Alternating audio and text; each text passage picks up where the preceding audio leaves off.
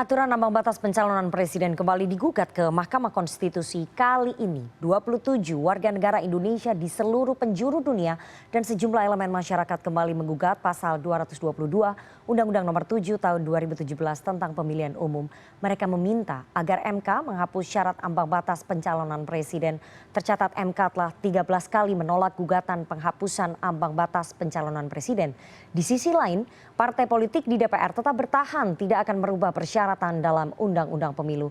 Untuk membahasnya lebih dalam, kita sudah terhubung melalui sambungan Zoom dengan Wakil Ketua Komisi 2 DPR dari fraksi Nasdem, Saan Mustopha. Selamat sore, Kang Saan. Selamat sore, Nak. Selamat sore, Kang Refli. Sore, Kang. Oke, dan ada pakar hukum tata negara, Refli Harun. Selamat sore, Bang Refli. Selamat sore, makasih. Oke, saya mau ke Bang Refli terlebih dahulu, nanti baru saya ke DPR, ke Kang Saan. Bang Refli, Anda ditunjuk sebagai kuasa hukum para pemohon, saya sebutkan ya, Gatot Nurmantio, kemudian Wakil Ketua Umum Gerindra, Ferry Juliantono, anggota DPD juga ada, kemudian Partai Umat untuk gugatan ambang batas pencalonan presiden di MK. Yang ingin kami tanyakan, apa motifnya? Apakah motifnya untuk mendukung salah satu tokoh yang ingin maju sebagai capres tapi terbelenggu ambang batas pencalonan, Bang Refli? Iya, motifnya adalah saya mendukung salah banyak tokoh. Jadi yang saya dukung Gatot Nurmantio, Rizal Ramli, kemudian Puan Maharani, Prabowo Subianto, Anies Baswedan, Ganjar Pranowo, Ridwan Kamil, Saan Mustopha, dan semua tokoh-tokoh Indonesia yang layak menjadi presiden dan mampu menunjukkan kualitas dan intelektualitasnya bahwa dia adalah orang yang memang terpilih untuk menjadi primus inter pares. Nah, itu jawabannya. Artinya memang banyak tokoh yang kompeten di Republik ini tapi terbelenggu oleh ambang batas sehingga harus dihapus begitu ya, itu motifnya? Itu poinnya, itu motifnya. Karena kita ingin melihat demokrasi ini berkembang, flourish. Dan sebagai pengamat saya ingin melihat debat pilpres itu debat yang cerdas, bukan debat tanya jawab begitu. Oke, Bang Refli, kita tahu ini bukan gugatan pertama ya yang diajukan ke MK, sebelumnya sudah ada 13 kali gugatan dan seluruhnya ditolak oleh MK. Apa kemudian yang membedakan dalil gugatan klien Anda dengan gugatan yang pernah ditolak oleh MK? Ya, ini perlu juga untuk masyarakat yang sering mengatakan itu 13 kali ditolak. Ya. Sebenarnya ketika pilpres dan pileg ini serentak, itu MK itu cuma memutuskan satu permohonan saja yang memang sampai kepada substansi permohonan. Yang lainnya itu dinyatakan tidak dapat diterima NU karena gugatan atau permohonan itu berbarengan. Itu mekanisme putusan MK begitu, kayak Omnibus Law contohnya. Kan hanya satu itu yang diputuskan. Tapi sisanya NU karena dianggap kehilangan objek. Jadi sesungguhnya kalau kita lihat argumentasi MK untuk menolak penghapusan presidensial threshold itu sangat-sangat sederhana dan bahkan mudah sekali dipatahkan. Hanya 3 hal saja. Dia bilang, memperkuat sistem pemerintahan presidensil yang dia sendiri bilang belum terbukti juga. Yang kedua adalah open legal policy yang menurut kita close legal policy karena sudah jelas mandat konstitusinya.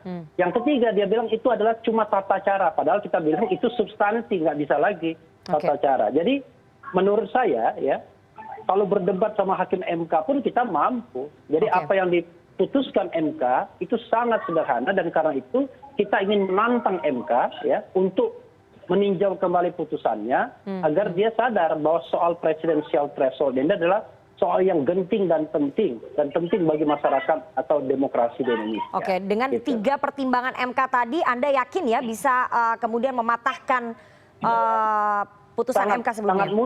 Sangat mudah mematahkannya. Yang penting MK fair aja. Artinya tidak ada tekanan bagi hakim-hakim MK untuk memutuskan ini secara independen. Tidak ada kekhawatiran misalnya mereka dijerat oligarki politik dan kekuasaan. Karena presidensial threshold yang mereka pertahankan argumentasi konstitusionalnya itu menurut saya sangat sederhana dan bahkan belum bisa membantah dissenting opinion yang pernah disampaikan oleh 2 hakim konstitusi, salah satu diantaranya Saldi Isra. Ya, oke. Nanti kita tanya soal tekanan politik di para hakim MK begitu ya nanti. Kita akan masuk ke situ. Tapi saya mau tanya yang lain dulu ke Kang Saan. Kang Saan, sikap parpol di DPR juga terbelah. Artinya ada yang sepakat bahwa ambang batas presiden itu harus dihapus, ada yang tidak. Nah, partai Anda adalah salah satu yang setuju bahwa ambang batas harus sesuai begitu ya, harus tetap ada, tidak dihapuskan. Alasannya apa? Kenapa Nasdem tetap bertahan dengan ambang batas pencalonan presiden yang 20 dan 25% itu?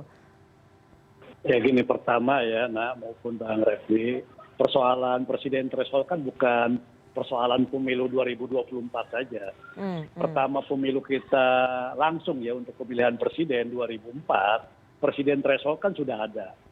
2004 sudah ada presiden threshold, 2009 ada presiden threshold, 2014 juga ada presiden threshold, 2019 ada presiden threshold.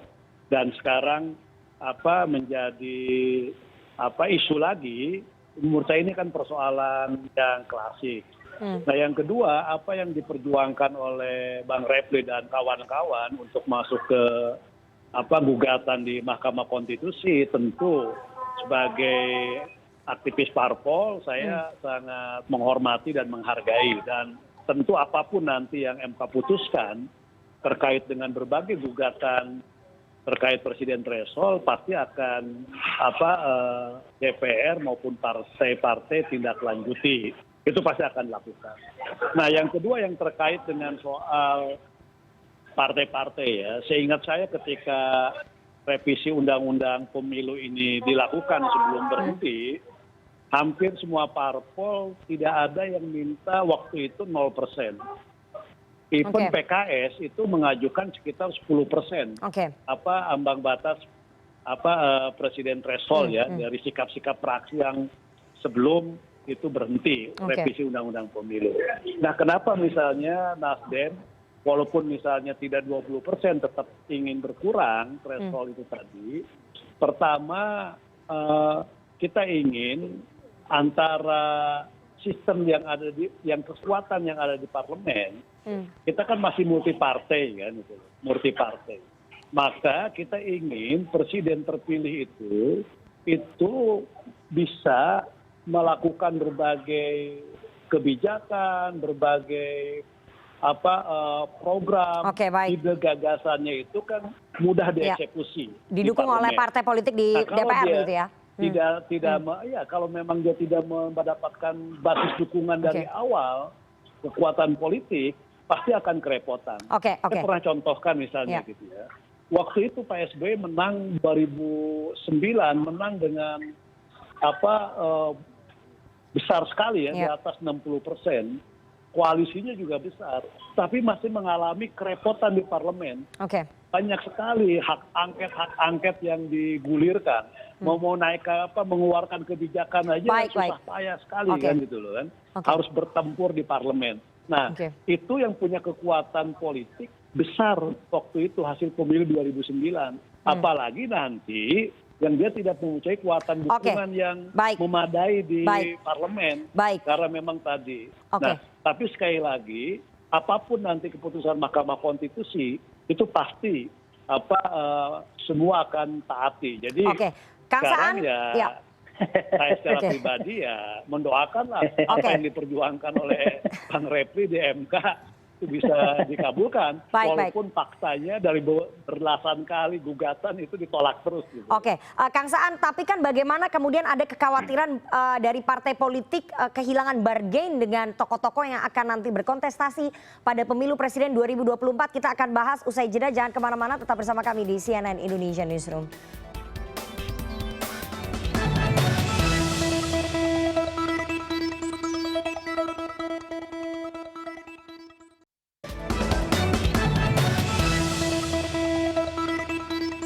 Anda masih bersama kami di CNN Indonesia Newsroom dan kita akan lanjutkan perbincangan kita dengan dua orang narasumber. Ada pakar hukum tata negara Refli Harun dan juga Wakil Ketua Komisi 2 DPR RI dari fraksi Nasdem Saan Mustafa. Saya akan lanjut dulu ke Kang Saan, nanti baru saya ke Bang Refli. Kang Saan, tadi sebelum break saya sudah tanya ya, bukankah kalau ambang batas itu dihapus maka semakin terbuka lebar kesempatan tokoh-tokoh non-parpol untuk berkompetisi seperti harapannya Bang Refli tadi. Apakah kemudian partai-partai politik di DPR, partai Anda takut jika kemudian kehilangan bargaining dengan capres-capres itu? Kalau kemudian ambang batasnya dihapus? Kita nggak ada kekhawatiran soal itu. Dan kita juga punya prinsip yang sama. Semakin banyak calon presiden akan semakin baik. Dan kita tidak khawatir kehilangan bargain. Tokoh-tokoh juga akan melihat parpol-parpol yang memang punya kekuatan di masyarakat dan mengakar di masyarakat. Artinya dia mendapatkan kepercayaan dari publik. Toh kalau 0% juga tokoh-tokoh itu juga kan akan maju lewat parpol juga. Karena kita belum memungkinkan untuk lewat independen. Jadi tetap pintu masuknya walaupun 0% adalah partai politik. Nah yang kita ini kan bukan soal kehilangan bargain dan sebagainya, tapi kita lebih kepada soal efektivitas dalam presiden memerintah kan gitu kan. Nah karena kita punya banyak pengalaman, Pak 2009-2014 kegaduhan di parlemen dan juga berpengaruh terhadap efektivitas jalannya pemerintahan karena tersandra oleh parlemen, walaupun dia mendapatkan dukungan waktu itu cukup signifikan hasil pemilu, tapi kan tetap seperti itu ada gitu. Nah, jadi kita lebih kepada efektivitas dari pemerintahan aja. Jadi kalau soal kenapa misalnya Nasdem membuat konvensi, itu juga dalam rangka memberikan dan menghadirkan berbagai alternatif calon presiden dan melibatkan publik sejak dari awal. Oke, saya mau tanya. Sekali lagi tidak ada khawatiran itu. Oke, saya mau tanya ke Bang Refli. Bang Refli, tidak ada kekhawatiran kehilangan bargaining politik. Ini persoalan efektivitas presiden nantinya kebijakan-kebijakannya didukung oleh parlemen. Apakah kemudian alasan-alasan itu masuk akal, Bang Refli, menurut Anda? Mudah sekali membantah apa yang disampaikan oleh Kang Saan Mustafa ya, karena itu pikiran-pikiran yang dilontarkan mereka yang menolak presidensial threshold 0. Pertama, ada dua yang saya garis bawahi, bahwa ini sudah dipraktikkan sejak tahun 2004, bahwa sejarahnya sudah panjang. Benar, presidensial threshold ini sejak 2004 dengan sejarah yang kelam. Pada tahun 2004 orang tidak mempermasalahkan ini karena menggunakan aturan peralihan, 3% kursi cukup, makanya ada 5 calon. Tahun 2009 ada upaya partai besar waktu itu Golkar untuk menaikkan threshold sampai 35%. Maksudnya adalah menjegal SBY biar nggak bisa nyalon pada tahun 2009 karena pembahasan kan 2008. Tahun 2014 tidak diadakan pembahasan karena partai-partai besar tidak mau lagi dibuka. Tahun 2019, tahun 2018 sebelumnya pembahasan, mereka itu kemudian ditolak lagi dengan alasan bahwa macam-macam dan lain sebagainya. Tapi intinya adalah partai-partai besar ingin mempertahankan hegemoninya. Nah, dalam pembahasan 2018 terakhir itu, 2017 ya undang-undangnya, 2017, itu ada beberapa partai yang walk out. Seperti Demokrat, kemudian PAN, kemudian juga PKS. Nah, pada tahun sekarang kita persoalkan lagi. Jadi bukan kita baru mempermasalahkan ini, tetapi ini adalah masalah laten demokrasi kita. Kedua, soal efektivitas sistem pemerintahan presidensial itu not proven, tidak terbukti apa yang dikatakan oleh Kang Saan, bahwa kalau threshold 20% itu membuat efektivitas atau ada kekuatan. Buktinya tadi sudah ditolak sendiri.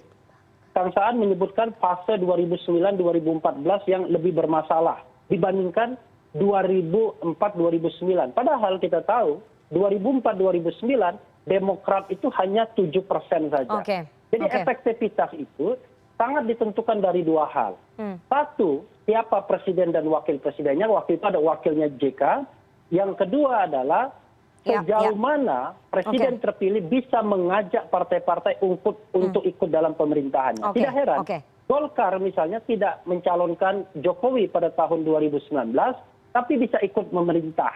Demikian juga PAN misalnya sekarang atau Gerindra. Jadi kuncinya bukan di threshold, tapi kuncinya di presiden yang terpilih dan kemampuan dia untuk mengajak mitra koalisinya.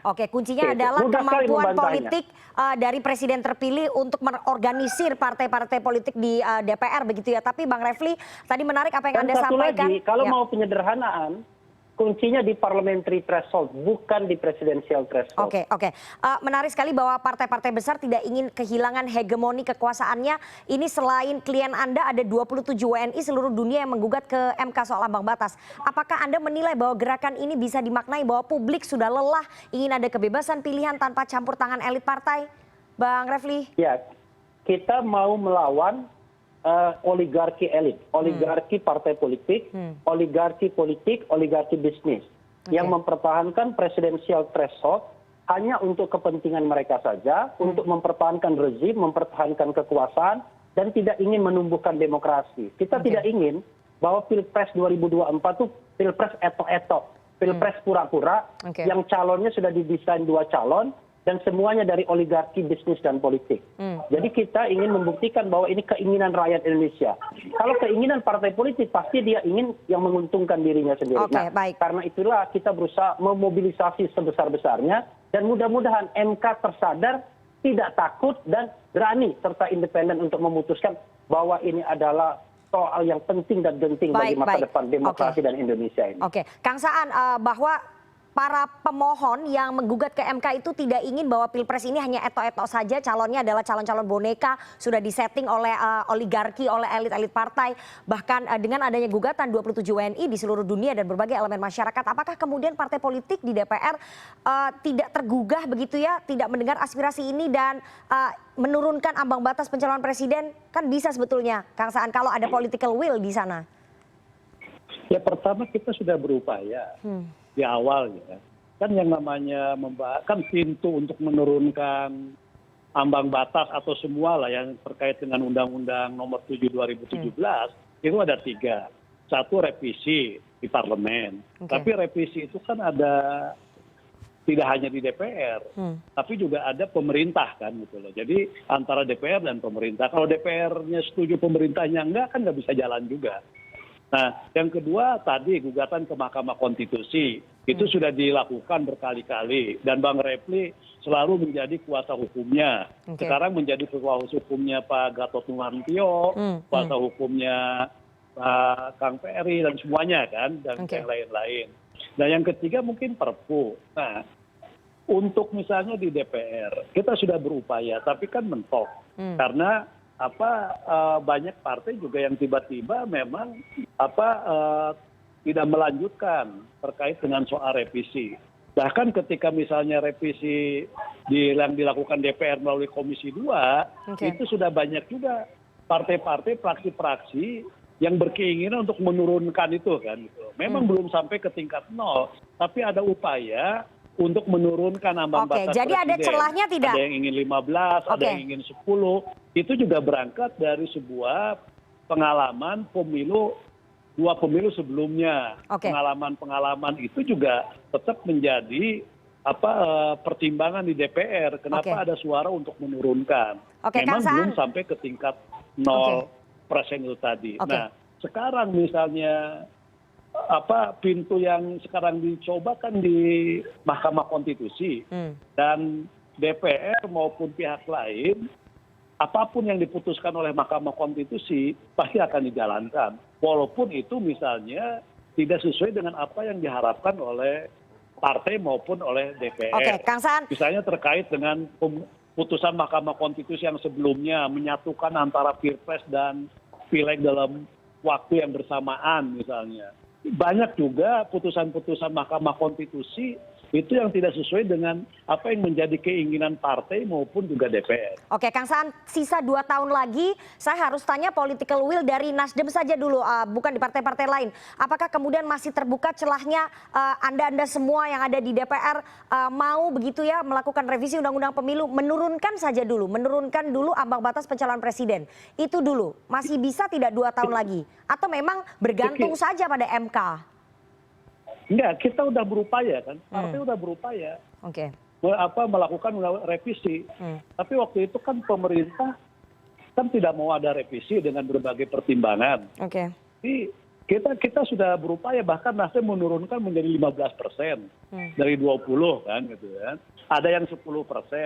Nah kalau misalnya bisa waktu itu revisinya jalan terus, saya yakin walaupun tidak 0%, 10-15% itu ambang batas mungkin bisa terjadi kan. Sekarang kan kalau misalnya revisi waktu sudah Jadi tidak ada waktu untuk revisi lagi begitu ya, Kang? Karena di prolegnas prioritas 2022 juga nggak masuk tuh undang-undang pemilu. Artinya tidak ada waktu untuk melakukan revisi undang-undang pemilu untuk mengubah ambang batas pencalonan presiden. Jadi tidak bisa lagi kita berharap pada DPR. Bang Refli, terakhir melihat berkali-kali gugatan ini ditolak oleh MK ya. Dan tadi Anda sempat menyebut bahwa Hakim MK sebetulnya bisa memutus dengan independen tanpa ada tekanan politik. Tapi feeling Anda ataupun analisa Anda sebagai kuasa hukum pemohon, apakah itu bisa terjadi bahwa Hakim MK akan kemudian berubah hatinya, tidak terpengaruh dari tekanan-tekanan politik? Ada peluang sekarang karena MK sudah mendapatkan dalam tanda kutip gratifikasi dari DPR, perpanjangan masa jabatan dari 5 tahun ke 15 tahun dan itu otomatis berlaku kepada hakim yang sekarang. Jadi mereka tidak perlu lagi repot-repot dalam tanda kutip merayu presiden atau DPR agar dipilih kembali. Jadi mereka mungkin jauh lebih independen memutuskan. Dan untuk koreksi buat Bang Saan, ya, Kang Saan, saya baru jadi kuasa hukum sekarang dan tahun lalu. Jadi tahun-tahun sebelumnya enggak pernah. Karena itu saya mau turun tangan sekarang. Artinya Hakim MK tidak ada beban ya kalau mereka ingin memutuskan perkara soal gugatan ambang batas pencalonan presiden ini karena mereka sudah dapat beban tidak ada, tapi kita tidak tahu apakah mereka punya ketakutan atau punya keberanian atau enggak. Terakhir ke Kang Saan, apakah kemudian DPR akan melakukan tekanan-tekanan politik kepada Hakim MK mengingat sudah ada tadi sebutannya Bang Refli ada gratifikasi yang sudah diberikan sebagai hutang budi, artinya Hakim MK lebih baik menolak saja gugatan soal ambang batas pencalonan presiden ini. Anda bisa pastikan tidak ada tekanan-tekanan politik terhadap para Hakim MK, Kang Saan? Saya pastikan tidak akan pernah terjadi tekanan politik terhadap Hakim MK. Bahkan banyak putusan yang dilakukan oleh Hakim MK itu tidak sesuai dengan apa yang diharapkan baik oleh partai maupun juga oleh DPR. Kita tunggu nanti waktu yang akan menjawab bagaimana sebetulnya nanti Hakim MK akan bersikap dan juga memutuskan soal gugatan pasal 222 soal gugatan ambang batas pencalonan presiden ini. Kita tunggu nanti bagaimana hasilnya dan kita tunggu nanti political will dari DPR apakah akan mengikuti hasil putusan MK atau mungkin berubah melihat aspirasi masyarakat yang semakin banyak, melihat konstelasi politik yang juga semakin memanas. Siapa tahu kemudian ada revisi undang-undang pemilu yang menurunkan angka ambang batas pencalonan presiden. Terima kasih sekali dua orang narasumber yang sudah bergabung sore hari ini. Ada Wakil Ketua Komisi 2 DPR RI Saan Mustopha dan pakar hukum tata negara Refli Harun. Sehat selalu Kang Saan dan juga Bang Refli. Nah, makasih Nak. Bang Harun, berjuang terus. Salam 0%.